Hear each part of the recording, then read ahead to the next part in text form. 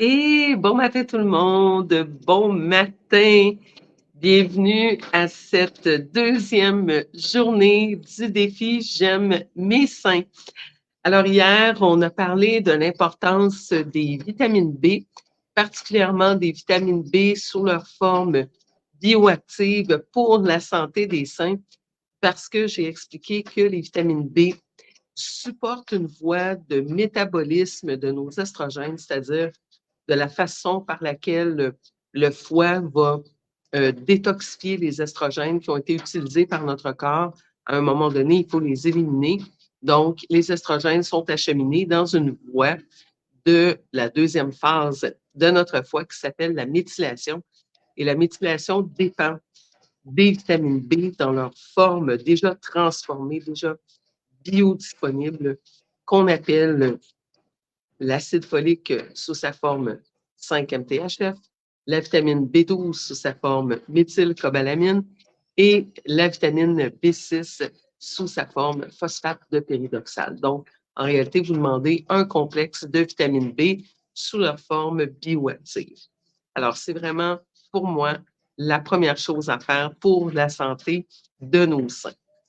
Deuxièmement, et ça ne sera pas toujours nécessairement dans le même ordre parce qu'on comprend qu'en fonction de notre constitution, en fonction de nos facteurs de risque, il y a des points qui vont être plus importants pour certaines personnes que pour d'autres. Mais dans une optique d'essayer de vous en donner 30 durant le mois, je vais tous les passer et après ça, quels sont ceux qui sont le plus importants pour vous? Ça reste à déterminer évidemment.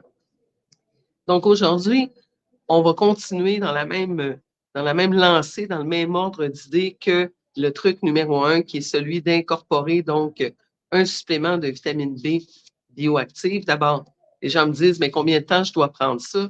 Idéalement, tout le temps, parce que les B, on n'arrive pratiquement plus dans notre alimentation parce qu'on a des diètes réduites en gluten, on ne mange plus nécessairement de céréales complètes, donc où on retrouve la majorité des vitamines B. Et donc, c'est extrêmement difficile juste par l'alimentation, vu nos besoins en vitamine B en raison du niveau de stress qu'on vit, du taux de glucides, de sucre qu'on mange dans notre alimentation. Donc, le sucre a besoin des vitamines B pour être utilisé à l'intérieur de nos cellules comme carburant. Donc, pour plein de raisons, c'est extrêmement difficile maintenant d'arriver à consommer suffisamment de vitamine B. Et lorsqu'on les consomme sous forme alimentaire, elles doivent subir des étapes de transformation avant d'être sous leur forme finie qui sera utilisée par nos enzymes dans notre foie pour faire le travail de détoxification. Donc, quand on les prend dans leur forme bioactive, quand on les achète déjà sous forme de supplément, on s'assure que même si génétiquement, on a peut-être des problèmes dans ces étapes de transformation qu'on appelle des polymorphismes génétiques, donc des petites variations qui vont faire qu'on n'arrive pas à complètement transformer certaines des vitamines B, eh bien, même si on les mange du côté alimentaire, ça se peut qu'on n'arrive pas à en faire tout à fait suffisamment. Alors, on s'assure de passer à côté de ça en prenant un supplément de vitamine B. Donc, pour moi, les B, oui, la vitamine C est importante, oui, la vitamine D est importante et on va parler de tout ça. Mais la base, la plus importante pour moi de la supplémentation, c'est vraiment d'avoir les B dans leur forme bioactive quand on parle de réduire le risque de cancer du sein. Évidemment, dès que je m'installe pour faire un live, on tond le gazon, on démarre un appareil pour la piscine. Moi, je suis sûre que quand je vais mourir, je vais aller direct au ciel, juste pour les années que j'ai passées en République dominicaine et la patience que j'ai dû exercer et la tolérance, qui est vraiment pas dans ma nature d'être patiente. Donc, je travaille très fort, les amis. Aïe, aïe, aïe. Donc, aujourd'hui, le deuxième point dont j'aimerais vous parler, c'est la question de l'alcool. Parce que on entend souvent dire, encore une fois, il y a beaucoup de lobbying. Hein, le lobbying, on en parle dans Big Pharma, mais il y a du lobbying du côté de Big Agro aussi. Donc, des messages, par exemple, par rapport aux produits laitiers, par rapport à la consommation du bon blé canadien hybridé et qui a augmenté le contenu en gluten par 70. Il y en a en masse. Alors, du côté de l'alcool, il y en a aussi. Alors, on entend souvent que l'alcool, ça a un effet protecteur sur la santé. Et pour appuyer leur dire, certains vont nous parler du fameux paradoxe français. Donc, qu'est-ce que c'est le paradoxe français? C'est qu'à un moment donné, dans certaines études, on voyait que les Français, malgré le fait qu'ils consomment plein de fromages très riches en gras et qu'ils boivent de l'alcool, ils avaient souvent des meilleurs indices au niveau de la santé cardiovasculaire que d'autres régions. Ça, il faut faire attention parce que c'est ce qu'on appelle des études épidémiologiques. Donc, évidemment, il y a plein de facteurs qui peuvent faire que des gens vont, dans une population donnée, avoir des meilleurs indices de santé. Et ça ne veut pas nécessairement dire que quelque chose qu'ils font a un effet protecteur. Mais donc, les chercheurs qui étaient impliqués dans ces études-là ont dit, ah, c'est dû à l'effet des polyphénols, donc, c'est-à-dire que dans le vin que, en général, les Français, que les Français, le bruit m'empêche de penser. Euh, dans l'alcool que les Français consomment, qui est en général du vin, donc les raisins fournissent des molécules qui ont un effet antioxydant qu'on appelle des polyphénols. Et donc, ces polyphénols ont un effet protecteur au niveau de la santé cardiovasculaire, ce qui fait que même s'ils boivent de l'alcool et même s'ils mangent des fromages très gras, ils arrivent à maintenir quand même une pas pire santé cardiovasculaire. Ceci étant dit, ça ne veut pas dire qu'il faut boire du vin pour protéger notre santé cardiovasculaire. On peut consommer des polyphénols, on peut consommer des raisins sans qu'ils soient nécessairement fermentés et qu'ils contiennent nécessairement de l'alcool. Mais donc, c'est un petit peu l'art de faire dire ce qu'on veut à certaines études. Alors, dans cet ordre d'idées, on essaie de nous dire que oh, l'alcool a peut-être un effet protecteur au niveau du cancer du sein, mais c'est vraiment pas ce que les études démontrent.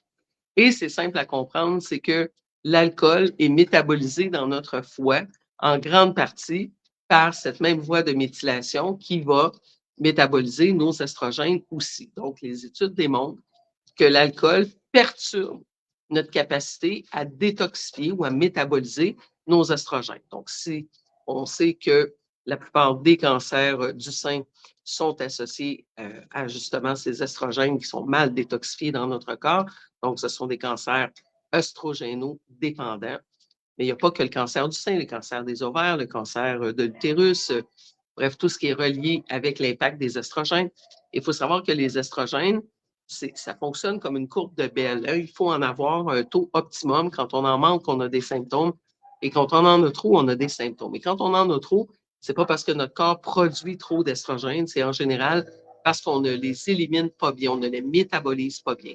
Alors, il faut faire attention aux facteurs qui vont affecter notre capacité à métaboliser nos estrogènes. Donc, la carence en vitamine B va affecter parce que c'est la vitamine B qui nous permet de métaboliser les estrogènes en grande partie. Ils sont aussi détoxifiés dans d'autres voies d'élimination, mais la plus importante, c'est la méthylation avec les vitamines B.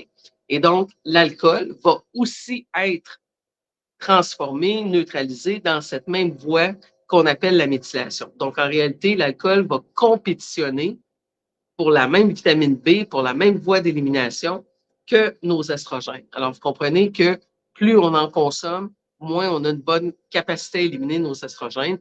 Et ce n'est pas juste la logique de la biochimie du corps, les études appuient cela. Alors, vous allez me dire, oui, mais là, à partir de combien de consommation? En réalité, il n'y a pas vraiment de seuil de consommation qui est sécuritaire.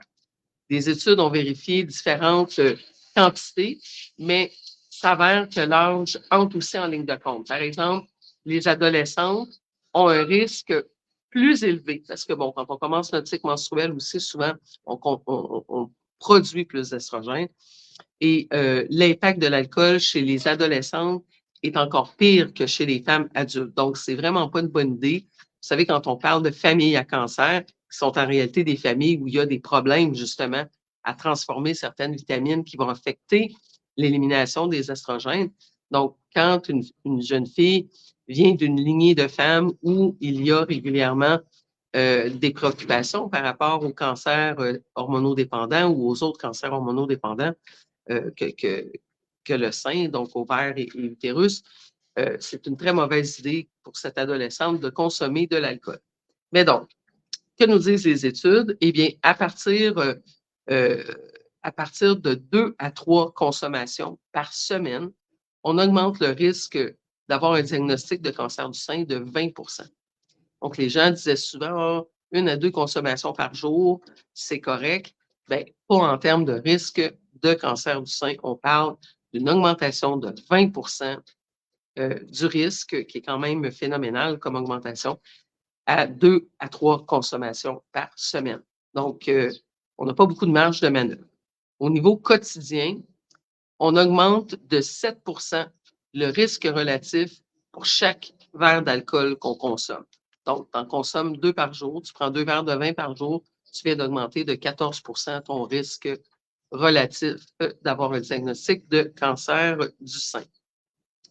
Une autre étude nous montrait que à 3 consommations par semaine, c'est un risque de 15 %. Donc, évidemment, ça dépend de l'âge, ça dépend des autres facteurs de risque qu'on a dans notre vie, mais de manière générale, on peut prendre pour acquis qu'il n'y a pas de seuil de consommation d'alcool qui est sécuritaire. Dans tous les cas, on augmente légèrement notre risque. La philosophie, c'est qu'on peut en prendre 1 à 2 verres par semaine, à condition de prendre le complexe B. Et pour chaque verre d'alcool qu'on prend, on doit reprendre un complexe B additionnel parce qu'au moins, on apporte les vitamines B dont le corps aura besoin pour métaboliser ce verre d'alcool. Et je vous explique. Moi, je ne crois pas aux extrêmes dans la vie parce que la vie, c'est l'équilibre. La vie, c'est la diversité. La vie, et la santé, c'est surtout être en cohérence. Alors, si par exemple, vous avez l'opportunité de venir prendre un mojito en bord de mer avec moi et que ça fait des mois ou des années que vous en rêvez, eh bien, probablement que les bienfaits de cette expérience vont être plus importants que les risques. Parce qu'on le sait maintenant dans les études, on voit toujours que cet aspect qu'on appelle l'intégration sociale, donc les interactions avec notre entourage, le côté humain de la chose, le côté émotif de la chose est extrêmement important. Donc, on ne peut pas faire abstraction de ça. Oui, quand on fait une étude clinique, on ne peut pas vérifier tous ces paramètres-là parce que ce qu'on vérifie dans un questionnaire, c'est la quantité d'alcool que la personne consomme. On se fout de son tempérament, c'est une nerveuse, c'est une sanguine, c'est une bilieuse. On ne regarde rien de ça. Ce qu'on veut savoir, c'est combien de verres d'alcool. Donc, c'est pour ça qu'on va parler de risques relatifs et tout ça, parce qu'on ne sait pas c'est qui en réalité la personne. On ne sait pas si justement, elle a ces petites variations génétiques, des polymorphismes qui affectent sa capacité à l'éliminer. On ne sait pas si elle se supplémente. On ne sait rien de ça. C'est une étude clinique. Donc, ça nous donne des grandes lignes. Mais après ça, on n'est pas des statistiques, on est des êtres humains. Alors, qu'est-ce qui, dans ton cas particulier, va augmenter ton risque ou au contraire, t'offrir un facteur de protection? Alors, moi, je pense que tant qu'on fait les choses en modération, on peut se permettre de vivre parce que quand on est constamment dans la privation et dans la frustration, on génère beaucoup d'hormones de stress et c'est à peu près la pire chose qu'on peut faire pour notre santé. Donc, vaut mieux prendre un mojito en bord de mer, le déguster, être heureuse pendant qu'on le prend, que de s'en priver, de frustrer et de produire des hormones de stress. Maintenant, on ne peut pas se servir de ça comme excuse pour en prendre à tous les jours parce que là, on sait que ces verres d'alcool qu'on va prendre au quotidien vont interférer avec notre capacité à éliminer nos estrogènes. Donc, il faut quand même en tenir compte et faire attention. Et ce qu'on doit faire, c'est travailler sur tous les facteurs de risque. Parce que ça ne donne rien, par exemple, de dire on va enlever l'alcool, je consommerai 0 alcool, mais d'un autre côté, manger du sushi 4 fois par semaine qui est bourré de mercure, et je ne dis pas que le vôtre l'est, mais c'est quand même un facteur de risque au niveau, par exemple, d'avoir du mercure. Bien, si on est intoxiqué au mercure d'un autre côté, quand même on se sera privé des mojitos en bord de mer, on ne sera pas plus en santé. Donc, il faut prendre les risques dans leur entièreté et faire ce qu'on peut sur chacun des plans tout en étant conscient de nos risques personnels. Et ça, dans des formations hormonales, on fait des questionnaires pour justement évaluer notre risque personnel. Mais donc, la morale de l'histoire, c'est tout ce qu'on fait, 80 du temps, c'est ça qui, en bout de ligne, va donner le cumulatif de notre santé, mais aussi dans quel esprit on va le faire. Alors, l'idée, ce n'est pas de se priver à tout jamais, de ne plus jamais prendre un verre de vin ou un mojito ou un Cuba Libre pour célébrer les vacances, pour célébrer la vie. On peut le faire. Quand on le prend avec un complexe de vitamine B et on garde ça pour les événements spéciaux. Alors voilà le deuxième petit truc pour la santé de nos seins. Si tu n'es pas inscrite au défi, je t'invite à aller t'inscrire. Je vais envoyer tout à l'heure des courriels à tout le monde avec les petits trucs en résumé, avec les liens pour les études cliniques et les liens pour les capsules vidéo. Donc, vous avez la possibilité de les recevoir. C'est un moyen aussi pour moi de rester en contact avec vous. Deuxième chose, ce soir, c'est la conférence J'ai mal à mes hormones. Donc, on va parler du lien entre nos émotions et les hormones. Pourquoi on a l'impression de devenir folle. La conférence est gratuite pour les membres. Vous avez reçu le code il y a quelques jours par courriel. Donc, vous inscrivez avec le code, ça remet le compteur à 0 et c'est gratuit pour vous.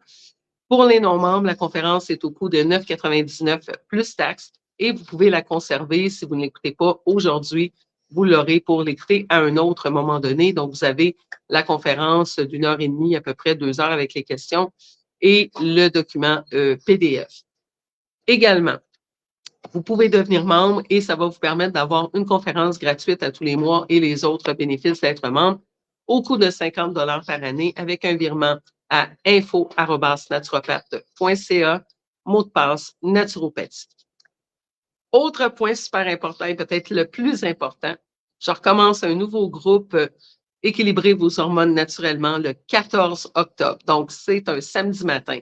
À chaque 2 samedis matins, on va se retrouver à 9 h le matin pour parler de santé hormonale. Il y a 6 modules, donc ça va durer 12 semaines et on va parler de tous les différents aspects, l'alimentation et les hormones, la gestion du stress et les hormones, comment évaluer notre taux d'hormones, comprendre notre cycle hormonal, les suppléments pour les hormones et finalement, comment implémenter un mode de vie pour équilibrer nos hormones et les garder équilibrées surtout. Alors, j'ai bien hâte de vous retrouver. Il y a une partie didactique quand on entre en classe le matin et après ça, c'est du coaching. J'ouvre les micros, on se retrouve ensemble et on parle de nos situations et je vous accompagne comme ça pendant 12 semaines pour qu'on commence 2024 du bon pied avec nos hormones bien en équilibre. Alors, on se retrouve tout le monde soit ce soir pour la conférence, soit demain matin pour un troisième truc pour la santé de nos hormones. Merci d'être là. Merci de prendre soin de nos seins.